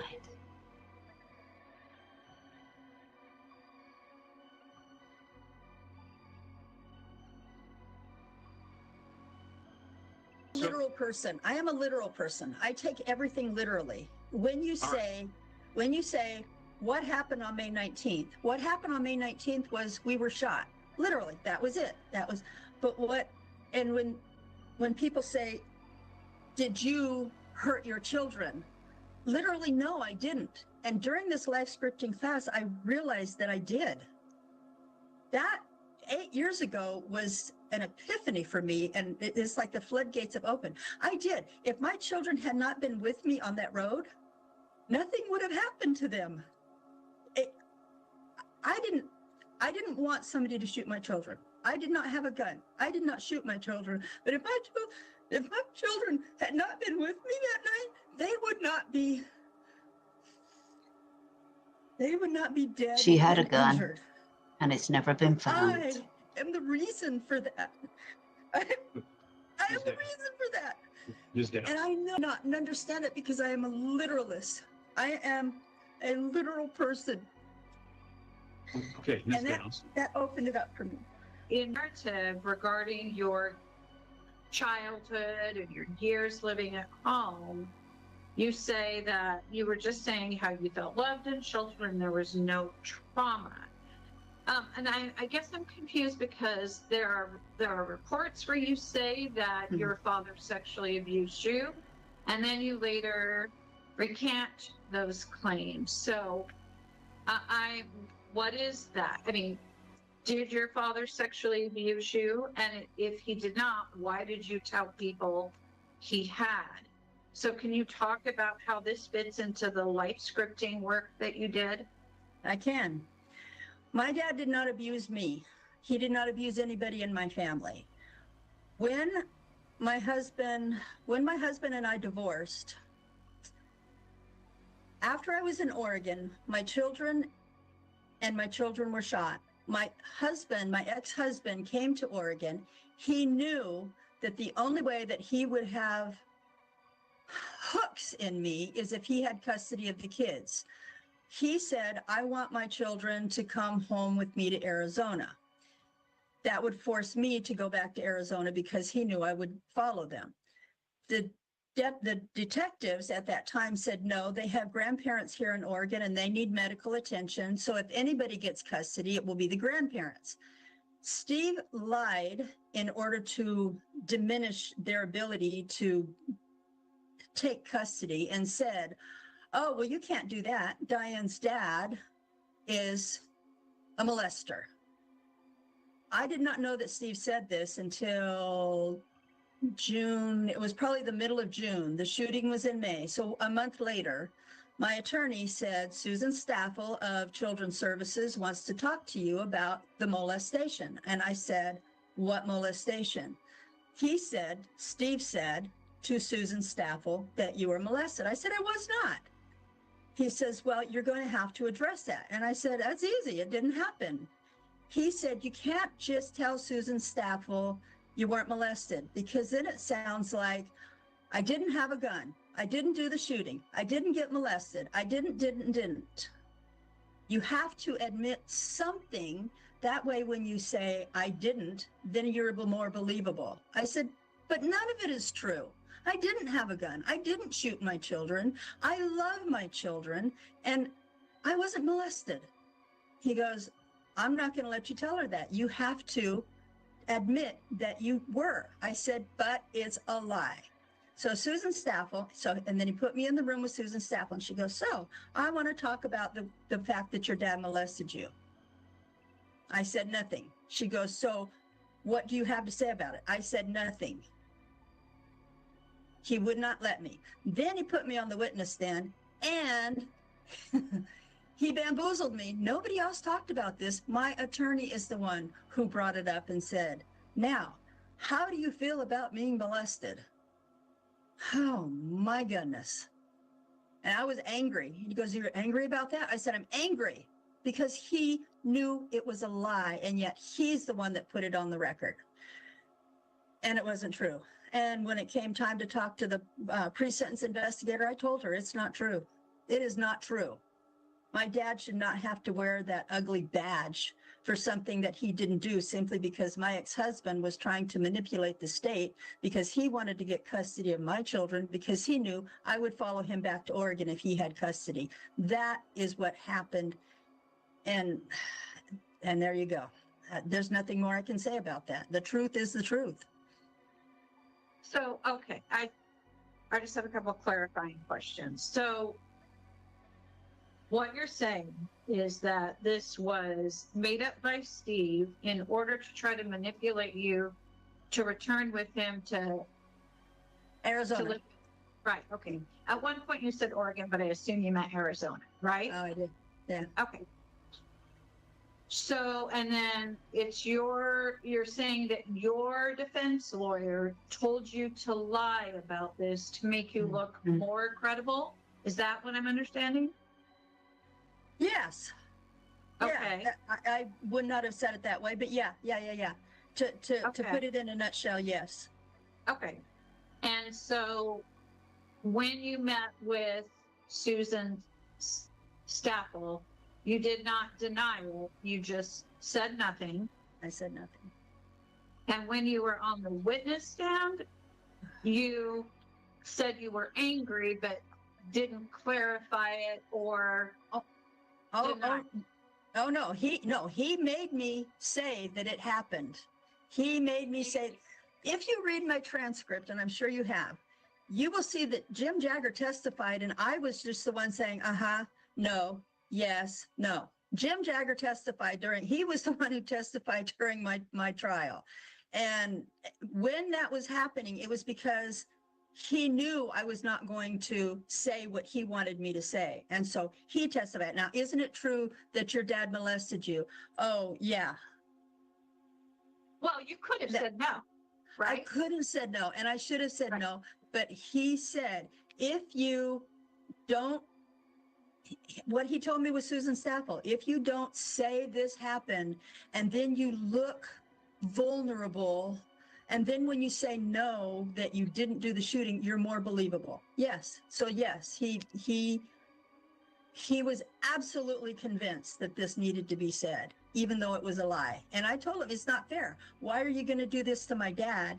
He goes, well, this isn't about your dad, it's about you. And I said, no, because now you're turning my dad into some kind of a monster, and he's not. Okay. It still makes me angry. It still makes me angry. Okay. You understood, though, that you were under oath and you were sworn to tell the truth. Yeah. And that you lied under oath. Yes. Okay. For the record, you're saying your attorney suborned perjury by asking you to introduce information that he knew was false. Is that correct? Wow. I never thought of it that way because, yeah, that's exactly what he did. Let me write that down. I'll be right back. Okay. So he could lose his bar license for doing that, but that's what you're saying he did during your trial, correct? He has already resigned. And so as far as I know, he doesn't even have a license anymore. I mean, when you resign, I think you have to re-up it. I don't know. I'm not out there. All I can tell you is I did not shoot my children. My attorney should have represented me to the best of his ability. And I don't know that he did or that he didn't. I don't know what his abilities were. But I can tell you I did not shoot my children. We have DNA evidence that was found at the scene that my attorney is going to be introducing. And so what would you, if you had a counselor that believed you wholeheartedly, what would you work on with them then? Like, what are the things that you have identified in yourself that you need to work on with this counselor? Wow. I don't even know because most of it, I've talked with Dr. Rossi and Dr. Shoji. So they actually, whether or not they believed in me, they gave the appearance of believing in me. And so that was healing. But even then, I didn't delve deep into, I think what it would be is my own, I can tell you one thing. The thing that makes me cry, the only thing about all of this that makes me cry, gut hard cry, is knowing that it was my fault. That's what I would want to deal with. I need to have somebody that I could talk to that would listen to me and would accept the fact, number one, that I'm innocent of shooting, but that I am guilty of putting my children in danger. That I have never reconciled, ever. Not through all the classes. I've never reconciled that. I can't, because there's no excuse for it. There's no changing it. There's no going back for it. there's no forgiveness for that. So I don't want to forgive myself, but I don't know, that's the only thing that sticks. That's the only thing that sticks, that if I was to ever have a counselor, and like I said, Dr. McNeil has graciously offered to counsel me when I get out, that would be my thing, is coming to terms when I'm alone in my shower, because that's the only place you're alone in here. That is the only thing that I really, really struggle with. Everything else I have come to grips with, but not that, because it can never be changed. No matter how much we talk, no matter how many questions I'm asked, no matter how many times I sit before the board, that night is never going to change. And so therefore, in my soul, it never goes away. It never gets reconciled. I don't even know that it can. Even if I had a psych, I'm not even sure that it could be, because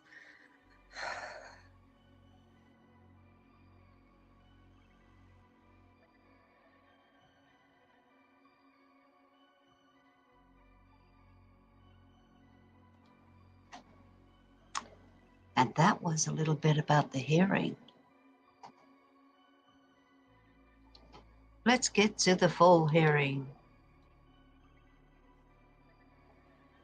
Crazy.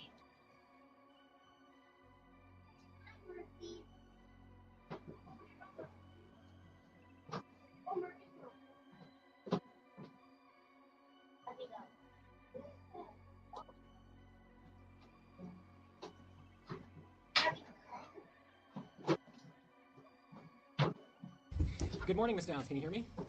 yes, I can. Good morning. Okay, good. First off, I just want to say thank you to you and everyone else for being patient this morning. We had some technical issues that we had to work out. You know, we're doing these hearings via video. Obviously, sometimes we do run into technical issues, so if we do have another technical issue, we'll stop, we'll fix it, and then we'll continue with the hearing, so there's no cause for any concern. All right, so for the record, I need to confirm, is your name Elizabeth Diane Downs? Yes, it is. Okay, and is your SID number 06546106? Yes. Okay, good. I just have to make sure I'm talking to the right person this morning. So Ms. Downs, my name is John Bailey. I'm the board chair, and I'm going to be leading your hearing today. I want to just make sure to confirm that you received your packet of materials from the board and your notice of rights at least 14 days ago. I did. Okay, good. I do want to note for the record that live streaming or simulcasting of board hearings is prohibited. Anyone found to be live streaming or simulcasting a board hearing will be ejected from the hearing as being disruptive pursuant to OAR 255-030-0026 sub 6. I also want to acknowledge that we do have members from the media present today at today's hearing. Ms. Mayhew, I see you on the screen. I understand that you're representing Ms. Downs here this morning. Is that still correct? Yes, Ms. Bailey. Okay, thank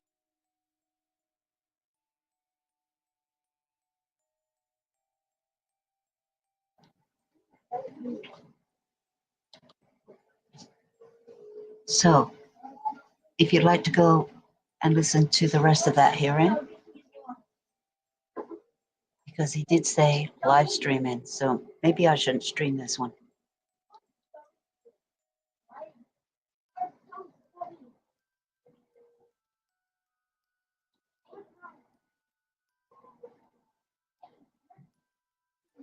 Well, thanks for stopping by, guys, and I'll see you in the next one.